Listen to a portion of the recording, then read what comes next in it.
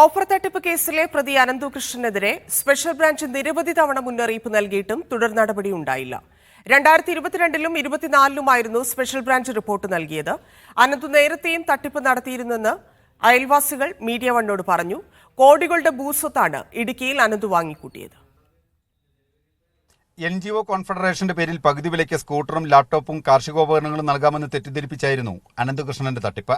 300 കോടിയിലേറെ രൂപ വിവിധ പദ്ധതികളുടെ പേരിൽ പിരിച്ചതായാണ് വിവരം. തുക വകമാറ്റി ചെലവഴിച്ചെന്ന ആരോപണം നിലനിൽക്കെയാണ് വിവിധയിടങ്ങളിൽ ഭൂമി വാങ്ങിക്കൂട്ടിയെന്ന വിവരങ്ങളും പുറത്തുവരുന്നത്. തൊടുപുഴ കോളപ്രയിൽ അനന്തുവിന്റെ വീടിന് സമീപത്തും മുട്ടത്തും 7-ാം മൈലിലും ശങ്കരപ്പള്ളിയിലും പാലായിലുമായിട്ടാണ് ഭൂമി വാങ്ങിയത്. സെന്റിന് 1.5 ലക്ഷം മുതൽ 4 ലക്ഷം രൂപ വരെ വില വരുന്ന ഭൂമിയാണ് വാങ്ങിയതെന്നാണ് വിവരം. ലക്ഷങ്ങൾ വില വരുന്ന വാഹനങ്ങളും അനന്തു വാങ്ങിക്കൂട്ടിയിട്ടുണ്ട്. അനന്തകൃഷ്ണന്റെ കോളപ്രയിലെ വീട് പൂട്ടിയ നിലയിലാണ്. നാട്ടിൽ പൊതുസമ്മതനായിരുന്നെന്നും പുറത്തുവരുന്നത് ഞെട്ടിപ്പിക്കുന്ന വിവരങ്ങളാണെന്നും അയൽവാസികൾ പറയുന്നു. ഇതിനു മുമ്പ് ഒരു തട്ടിപ്പിൽ പുള്ളി പങ്ക് ഉണ്ടെന്നുള്ളതാണ് അറിയാൻ പറ്റിയിരിക്കുന്നത്. അന്വേഷിച്ച് വരികയോ അല്ലെങ്കിൽ പോലീസ് വരികയോ മറ്റുള്ള ആളുകൾ വരികയോ ഒന്നും നമ്മുടെ ശ്രദ്ധപ്പെട്ടിട്ടില്ല.